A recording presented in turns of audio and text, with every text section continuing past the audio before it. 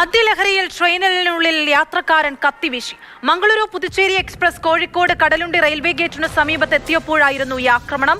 Rahul KV ഉണ്ട് വിശദാംശങ്ങളുമായി. രാഹുൽ, ഈ അക്രമി ആരാണ്? ഈ പരിക്കേറ്റവരുടെ ആരോഗ്യസ്ഥിതി എങ്ങനെയുണ്ട്? ഓടിക്കൊണ്ടിരുന്ന ട്രെയിനിലാണ് യാത്രക്കാരന്റെ ഈ പരാക്രമം ഉണ്ടായത്. മംഗലാപുരം പുതുച്ചേരി എക്സ്പ്രസ് ആണ്.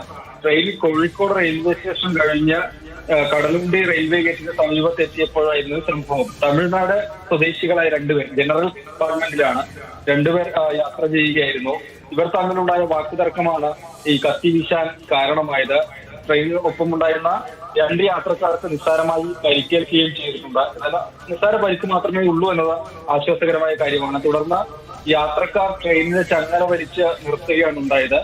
RPF ഈ രണ്ടുപേരെയും കത്തി വീശിയാളെയും ഈ പ്രശ്നത്തിന് കാരണമായ ഒപ്പമുണ്ടായിരുന്ന ആളെയും കസ്റ്റഡിയിൽ എടുത്തിട്ടുണ്ട്. ട്രെയിൻ പിന്നീട് കോഴിക്കോട് കഴിഞ്ഞാൽ തിരൂരിലാണ് ഈ ട്രെയിൻ സ്റ്റോപ്പ് ഉള്ളത്. തിരൂർ റെയിൽവേ സ്റ്റേഷനിൽ എത്തിയ സമയത്ത് രണ്ടുപേരുമായി RPF അവിടെ ഇറങ്ങുകയും ചെയ്തിട്ടുണ്ട്.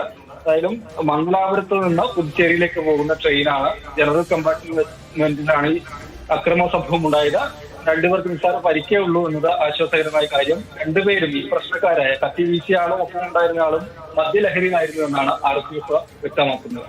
അനശ്വരം ട്രെയിൻ പിന്നീട് യാത്ര തുടരുകയും ചെയ്തിട്ടുണ്ട്.